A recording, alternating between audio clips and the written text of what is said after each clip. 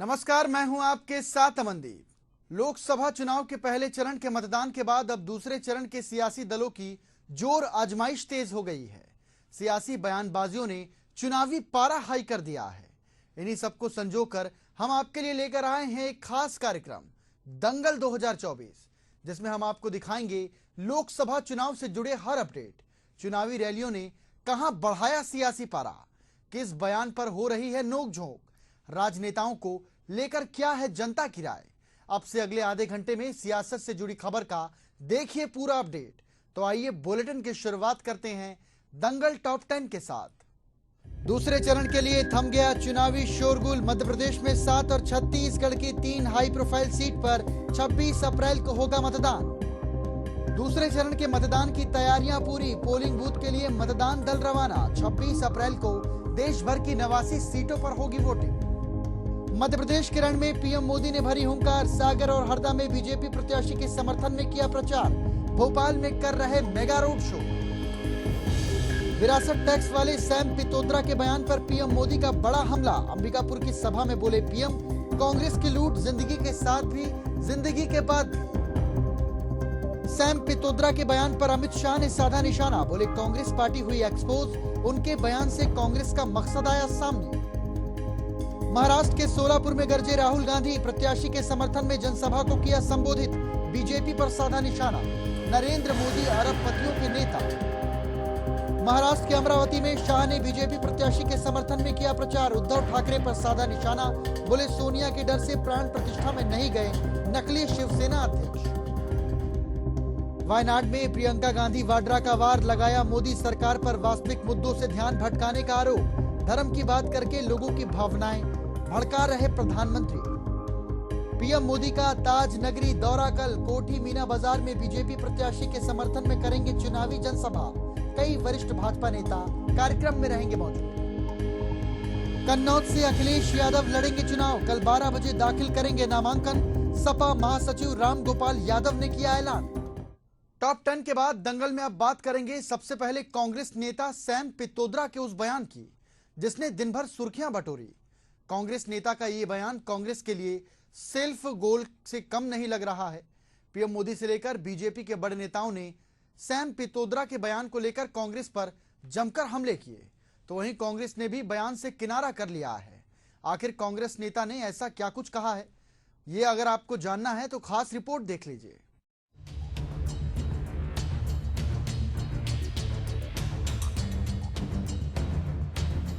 लोकसभा चुनाव के चुनाव प्रचार की सियासी सरगर्मियों के बीच कांग्रेस एक बार फिर से सेल्फ गोल का शिकार हो गई।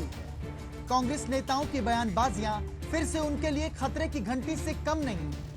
हम बात कर रहे हैं दिन भर सुर्खियों में रहे सैम पित्रोदा की, जो कांग्रेस के वरिष्ठ नेता हैं। उन्होंने अमेरिका के विरासत टैक्स पर भारत में बहस छेड़ने की बात में चुनावी सियासत में बीजेपी को नया मुद्दा दे दिया। कांग्रेस के मैनिफेस्टो पर पहले से हमलावर बीजेपी को अब एक और मुद्दा मिल गया है, जिसे वो भुनाने में लग गई है। प्रधानमंत्री मोदी से लेकर बीजेपी के तमाम बड़े नेता सैम पित्रोदा के इस बयान को कांग्रेस के खिलाफ ही प्रयोग करने में लग गए। छत्तीसगढ़ के सरगुजा में चुनावी रैली के दौरान प्रधानमंत्री नरेंद्र मोदी ने सैम पित्रोदा के विरासत टैक्स वाले बयान पर जमकर निशाना साधा। उन्होंने तंज कसते हुए कहा कि कांग्रेस की लूट जिंदगी के साथ भी और जिंदगी के बाद भी है। उन्होंने कहा कि कांग्रेस के इरादे नेक नहीं है। अब उनके खतरनाक इरादे खुलकर सबके सामने आ गए, इसलिए अब वे विरासत टैक्स की बात कर रहे हैं। शाही परिवार के शहजादे के सलाहकार उन्होंने कुछ समय पहले कहा था कि हमारा देश का मिडिल क्लास है, उन पर ज्यादा टैक्स लगना चाहिए। इन्होंने सार्वजनिक तौर पर कहा कि ये लोग उनसे एक कदम आगे हैं। उन्होंने कहा कि आपकी संपत्ति पर विरासत टैक्स लगाएगी। वो नहीं चाहते कि भारतीय अपनी संपत्ति अपने बच्चों को दें। इस पार्टी पर अर्बन नक्सल का कब्जा है। ये आपके दुकान और मकान सब छीन लेंगे। कांग्रेस आपके माता पिता की विरासत छीन लेगी। प्रधानमंत्री नरेंद्र मोदी ने कहा कि कांग्रेस का एक ही मंत्र है, कांग्रेस की लूट जिंदगी के साथ भी, जिंदगी के बाद भी। जब तक आप जीवित रहेंगे कांग्रेस आपको ज्यादा टैक्स से मार देगी, और जब आप जीवित नहीं रहेंगे तो आप पर विरासत टैक्स का बोझ लाद देगी। जिन लोगों ने पूरी कांग्रेस पार्टी को अपना पैतृक संपत्ति मानकर अपने बच्चे को दे दी, अब वो नहीं चाहते कि भारतीय अपनी संपत्ति अपने बच्चों को दें। शाही परिवार के शाहजादे के सलाहकार, इस शाहजी परिवार के शाहजादे के पिताजी के भी सलाहकार, उन्होंने कुछ समय पहले कहा था, और ये परिवार उन्हीं की बात मानता है। उन्होंने कहा था कि हमारा देश का जो मिडिल क्लास है, मध्यम वर्गीय लोग हैं, जो मेहनत करके कमाते हैं, उन्होंने कहा उन पर ज्यादा टैक्स लगना चाहिए। ये इन्होंने पब्लिकली कहा है। अब ये लोग उससे भी एक कदम आगे चले गए हैं। अब कांग्रेस का कहना है कि वो इनहेरिटेंस टैक्स लगाएगी, माता पिता से मिलने वाली विरासत पर भी टैक्स लगाएगी। आप जो अपनी मेहनत से संपत्ति जुटाते हैं, वो आपके बच्चों को नहीं मिलेगी, बल्कि कांग्रेस सरकार का पंजा उसे भी आपसे छीन लेगा। यानी कांग्रेस का मंत्र है कांग्रेस की लूट। कांग्रेस का मंत्र है कांग्रेस की लूट, जिंदगी के साथ भी और जिंदगी के बाद भी। जब तक आप जीवित रहेंगे, कांग्रेस आपको ज्यादा टैक्स से मारेगी, और जब आप जीवित नहीं रहेंगे तो आप पर इनहेरिटेंस टैक्स का बोझ लाद देगी। जिन लोगों ने पूरी कांग्रेस पार्टी पैतृक संपत्ति मानकर अपने बच्चों को दे दी, वो लोग नहीं चाहते कि एक सामान्य भारतीय अपने बच्चों को अपनी संपत्ति दे। इतना ही नहीं, सैम पित्रोदा के बयान पर बीजेपी के कई बड़े नेताओं ने निशाना साधा। केंद्रीय गृह मंत्री अमित शाह ने इसे कांग्रेस को एक्सपोज करने वाला बयान बताया है। कांग्रेस पार्टी सैम पित्रोदा के बयान के बाद कंप्लीटली एक्सपोज हो गई। सबसे पहले घोषणा पत्र में सर्वे, मनमोहन सिंह का पुराना बयान जो कांग्रेस की लेगेसी है कि हम देश के संसाधन पर सबसे पहला अधिकार माइनॉरिटीज का मानते हैं, और अब इनके मैनिफेस्टो बनाने में जिनकी अहम भूमिका है वो सैम पित्रोदा का बयान कि संपत्ति के बंटवारे पर विचार होना चाहिए। आइए अब आपको बताते हैं कि सैम पित्रोदा ने आखिर विरासत टैक्स को लेकर ऐसा क्या कह दिया। उन्होंने कहा कि अमेरिका में विरासत टैक्स लगता है। इसका मतलब है कि अगर किसी के पास 10 करोड़ डॉलर की संपत्ति है तो उसके मरने के बाद बच्चों को सिर्फ 45% संपत्ति ही मिलेगी और बाकी 55% सरकार ले लेती है। पित्रोदा ने कहा कि भारत में ऐसा कोई कानून नहीं है। यहाँ अगर किसी के पास 10 अरब रुपए की संपत्ति है तो मरने के बाद उसके बच्चे को सारी संपत्ति मिल जाती है। जनता के लिए कुछ नहीं बचता। So if let's say one has $100 million worth of wealth, and when he dies, he can only transfer probably 45% to his children. 55% is grabbed by government. Now that's an interesting law. It says you in your generation made wealth. You are leaving now. You must leave your wealth for public. Not all of it, half of it. Which to me sounds fair. In India, you don't have that. If somebody is worth 10 billion and he dies, his children get 10 billion. Public get nothing. And law says you get half of it, public gets half of it. So these are the kind of issues people will have to debate, discuss. I don't know what the conclusion would be at the end of the day. But When we talk about redistributing wealth, we are talking about new policies, new programs that are in the interest of the people and not in the interest of super rich only. वहीं अब आपको बताते हैं कि आखिर विरासत tax को लेकर ये बवाल कहां से शुरू हुआ। दरअसल कांग्रेस के वरिष्ठ नेता राहुल गांधी ने बीते दिनों एक बयान में कहा था कि अगर चुनाव बाद उनकी सरकार सत्ता में आई तो एक सर्वे कराया जाएगा और पता लगाया जाएगा कि किसके पास कितनी संपत्ति है। उनके इस बयान के बारे में जब सैम पित्रोदा से पूछा गया तो उन्होंने अमेरिका में लगने वाले विरासत टैक्स का जिक्र कर दिया। देश का एक्सरे कर देंगे, दूध का दूध, पानी का पानी हो जाएगा। माइनॉरिटीज को पता लग जाएगा कि इस देश में उनकी भागीदारी कितनी है। इसके बाद हम फाइनेंशियल और इंस्टीट्यूशनल सर्वे करेंगे, ये पता लगाएंगे किसके हाथों में है, कौन से वर्ग के हाथ में है, और इस ऐतिहासिक कदम के बाद हम क्रांतिकारी काम शुरू करेंगे। जो आपका हक बनता है वो हम आपके लिए आपको देने का काम करेंगे। कांग्रेस ने पित्रोदा के इस बयान से एक तरह से दूरी बना ली है।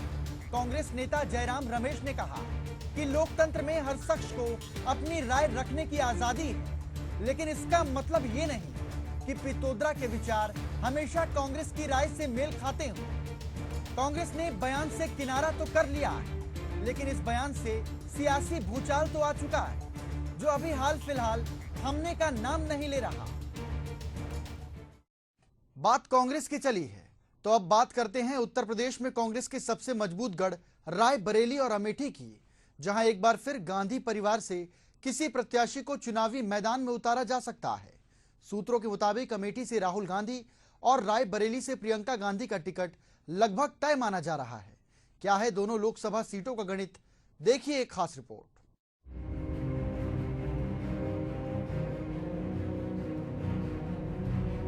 लोकसभा चुनाव की सबसे हाई प्रोफाइल सीटों में से एक अमेठी और रायबरेली सीट पर कांग्रेस उम्मीदवार का ऐलान नहीं हुआ है। इस बीच खबरें आ रही हैं कि दोनों ही संसदीय क्षेत्र से गांधी परिवार से कोई प्रत्याशी उतारा जा सकता है। अमेठी से राहुल गांधी और रायबरेली से प्रियंका गांधी का चुनाव लड़ना तय माना जा रहा है। कांग्रेस ने इन दोनों सीटों पर इंटरनल सर्वे कराया। इसकी रिपोर्ट के आधार पर तय हुआ है कि दोनों सीटों पर गांधी परिवार से ही प्रत्याशी उतारा जाएगा। प्रियंका अगर रायबरेली से उतरती हैं तो यह उनका पहला चुनाव होगा। राहुल गांधी केरल की वायनाड सीट से चुनाव लड़ रहे हैं और 26 अप्रैल को वहां वोटिंग है। इसके बाद कांग्रेस कभी भी अमेठी और रायबरेली से प्रत्याशियों का ऐलान कर देगी। दोनों सीटों पर नामांकन की आखिरी तारीख 3 मई है। यहां 5वें फेज में यानी कि 20 मई को वोटिंग होनी है। सूत्रों के मुताबिक कांग्रेस हाईकमान चाहता है कि रायबरेली सीट से प्रियंका और राहुल गांधी को चुनावी मैदान में उतारा जाए। ये दोनों पहले चुनाव लड़ने के लिए तैयार नहीं थे, लेकिन अब दोनों को मना लिया गया है। अमेठी सीट की बात करें तो ये कांग्रेस का गढ़ रहा है, लेकिन पिछले चुनाव में बीजेपी की स्मृति ईरानी ने राहुल गांधी को हरा दिया था। इस बीच अमेठी में गांधी परिवार से ही प्रत्याशी की मांग उठने लगी थी, लेकिन गांधी परिवार से कोई भी चुनावी मैदान में नहीं उतरना चाहता था। उधर सोनिया गांधी के दामाद रॉबर्ट वाड्रा ने भी अमेठी से चुनाव लड़ने की इच्छा जताई थी, लेकिन कांग्रेसी नेताओं का कहना है कि उनका नाम औपचारिक रूप से सीईसी में नहीं आया है, इसलिए अभी कुछ भी कहना उचित नहीं है। अमेठी में रॉबर्ट वाड्रा के समर्थन में पोस्टर भी लगाए गए हैं। ये भैया रात में अभी 12-1 बजे यहाँ पे पोस्टर लगे रॉबर्ट वाड्रा जी का। अमेठी की जनता की मांग पे ये पोस्टर पूरे लगे थे। अमेठी की जनता का इतना प्यार है उनके प्रति, इतना लोग उनको मांग रहे हैं कि इसलिए उनका पोस्टर यहाँ से लेके घर तक हमारे उस तरफ भी लगा, उस तरफ भी लगा, कम से कम 150-200 पोस्टर लगे। और पुलिस के लोग आए और पुलिस के लोग ऐसा पोस्टर नोच रहे थे जैसे वो लोग खुद लेबर हैं। हम लोगों ने कहा भैया आप लोग ये क्या कर रहे हैं? कहे तो ये पोस्टर हटाना है, बस हमको आदेश आया है, हमको हटाना है किसी भी कीमत पर रॉबर्ट वाड्रा का यहाँ से पोस्टर हटाना है, वो यहाँ पे कुछ नहीं है। तो हमने कहा वो हमारे लोगों के जीजा जी हैं, उनका सम्मान है, इज्जत है, आप लोग इस तरह कर रहे हैं। तो उन लोगों ने और ज़्यादा कुछ न बोल के सीधे पोस्टर फाड़ा, बैनर फाड़ा, फाड़ने के बाद गाड़ी पे लादा उसको कोतवाली ले गए। देश के हर कोने से पुकार है कि मैं अब राजनीति में, सक्रिय राजनीति में पेश आऊँ, दिखाई दूँ और मेहनत अपनी लोगों को पता है मैंने बहुत समय से की है। 99 से मैंने अमेठी में प्रचार किया है। 2004 में हम भारी बहुमत से जिता के लाए सोनिया जी के लिए और कांग्रेस पार्टी को। तो तब से मेरे रिश्ते हैं अमेठी के लोगों के साथ और अभी भी जब भी कोई त्यौहार होता है या मेरा जन्मदिन होता है वहाँ केक काटते हैं और हमेशा लोगों में कुछ ना कुछ बांटते हैं मेरी तरफ से, क्योंकि वो देखते हैं कि मैं चाहे वहाँ अपने मौजूद हूँ या नहीं, पर मैं देश के हर कोने तक पहुँचने की कोशिश करता हूँ और यहाँ मैं अपना सेवा करता हूँ। तो लोग अपनी इधर बीजेपी की तरफ से केंद्रीय मंत्री स्मृति ईरानी ने यूपी के अमेठी में एक चुनावी कार्यक्रम को संबोधित करते हुए गांधी परिवार पर निशाना साधा। उन्होंने कहा कि जीजा जी आएंगे तो तिवारी जी कह रहे हैं कि घर के कागज छिपा लेना, क्योंकि जीजा जी की नजर पक्की है। स्मृति ने गांधी परिवार पर निशाना साधते हुए कहा कि अगर सोनिया गांधी, राहुल, प्रियंका चाहते हैं तो क्या गरीबों के घर में नल से जल, मकान आदि नहीं दिला सकते थे।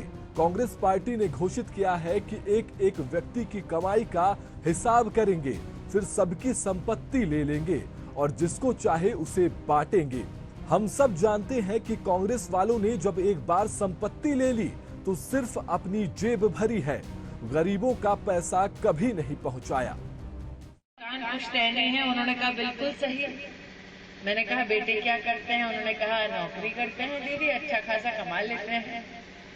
फिर प्रमोद जी मुझे देख रहे थे कि मैं ये सब पूछ क्यों रही थी।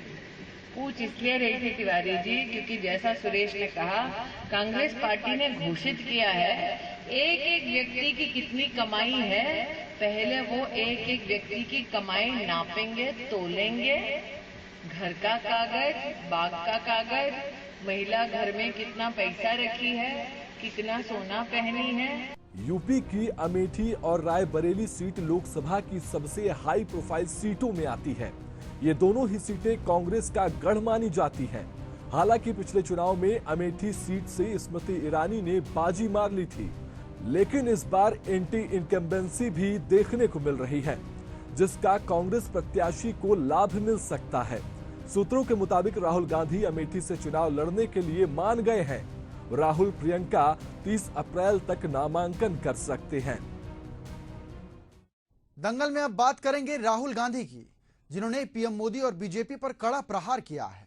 फिर चाहे वो जाति जनगणना की बात हो या फिर कांग्रेस के मैनिफेस्टो की, बीजेपी के लगातार हमलों पर राहुल गांधी ने पलटवार किया है।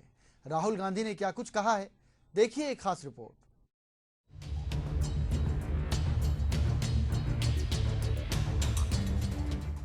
लोकसभा चुनाव 2024 के दूसरे चरण के मतदान से पहले नेताओं का वार पलटवार का दौर जारी है।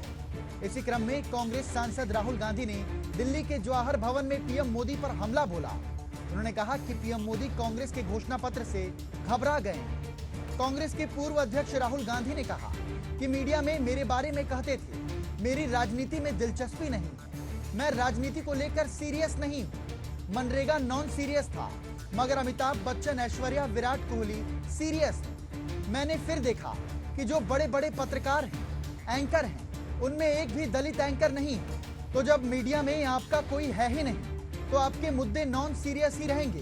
कांग्रेस नेता ने पीएम मोदी पर हमला करते हुए कहा कि प्राइवेट कंपनी में 25 कंपनियों को मोदी जी ने इतना पैसा दिया कि जिनमें 25 बार किसानों का कर्जा माफ हो सकता था। आज भारत में 90% आबादी के साथ भयंकर अन्याय हो रहा है। आप राष्ट्रीय मीडिया को देखिए, मोदी जी को देखिए। जैसे ही मैंने कहा कि देखते हैं देश में कितना अन्याय हो रहा है, इसका टेस्ट करते हैं, तो कहने लगते हैं कि देश तोड़ने की कोशिश कर रहे हैं। इस दौरान राहुल गांधी ने कहा कि मोदी जी ने 10 साल देश को कहा कि मैं ओबीसी हूं, लेकिन जैसे ही मैंने बात की तो कहते हैं जाति नहीं। अरे तो फिर आप ओबीसी कैसे हैं? अगर आपके मुताबिक देश में केवल 2 जाति है, अमीर और गरीब, तो उनके लिस्ट निकालो। और ये मेरे लिए राजनीतिक मुद्दा नहीं, लाइफ मिशन है। बीजेपी का पूरा मिशन आपके इतिहास को मिटाने का है। आपको बीते हुए समय से काट दिया गया है। कांग्रेस के पूर्व अध्यक्ष ने आगे कहा कि आपका इतिहास फूले जी है, अंबेडकर जी है, लेकिन इनके जैसे करोड़ों लोग और थे जिनकी बात अब तक नहीं हुई। आपको इस इतिहास को फिर से दोहराना है।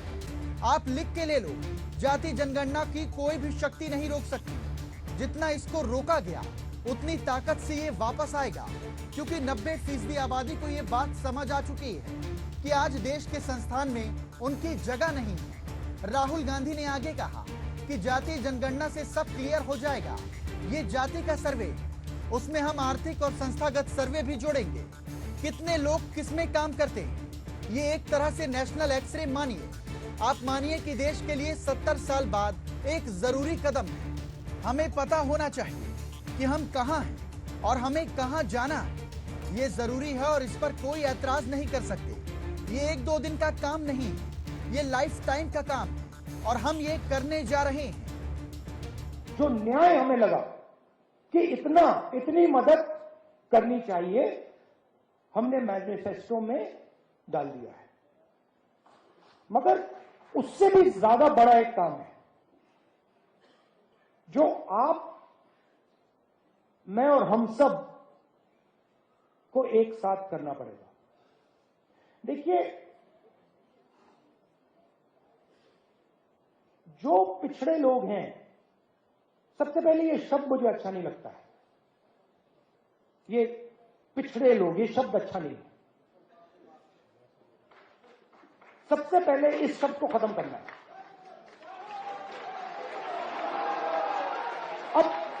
अब इसका मतलब क्या है?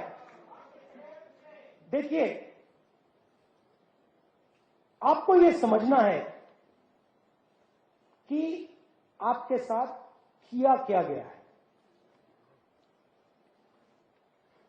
ये जो पूरी मूवमेंट है ना बीजेपी वाली, इसका मिशन आपकी हिस्ट्री को मिटाने का है कि आप लोग अपनी हिस्ट्री ना पहचानो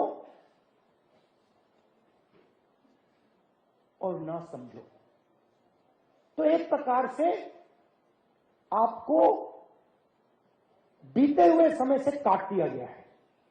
जाति जनगणना से क्लैरिटी हो जाएगी। और जाति जनगणना को मैं आपको थोड़ा समझाना चाहता हूं। आप ये मत सोचिए कि जाति जनगणना सिर्फ कास्ट सर्वे है। वो जाति का सर्वे है, मगर उसमें हम इकोनॉमिक और इंस्टीट्यूशनल सर्वे भी जोड़ेंगे। मतलब क्या होगा? देश को पता लग जाएगा कि इस जात में इतने लोग हैं, दलित इतने, आदिवासी इतने, गरीब जनरल कास्ट इतने, इनकी आमदनी इतनी है और हिंदुस्तान की संस्थाओं में इनकी इतनी भागीदारी है।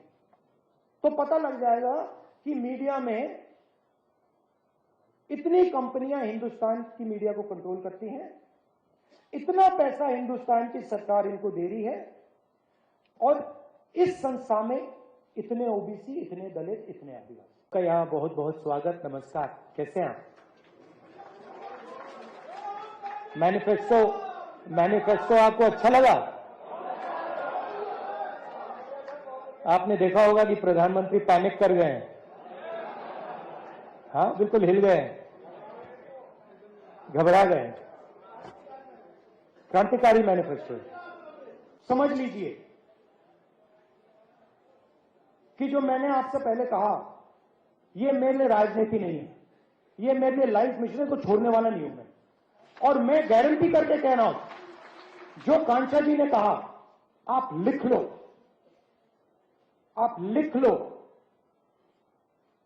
जाति जनगणना को कोई शक्ति नहीं रोक सकती है। और जितना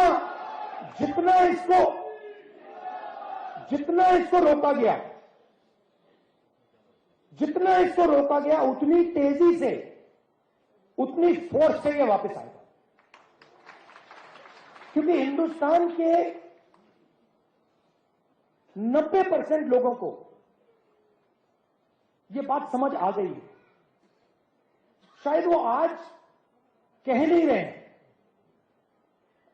खुलकर कह नहीं रहे हैं, मगर उनको बात समझ आ गई है कि हिंदुस्तान के इंस्टीट्यूशनल स्ट्रक्चर में, हिंदुस्तान की इकोनॉमी में, हिंदुस्तान के जुडिशरी में उनकी कोई जगह नहीं है।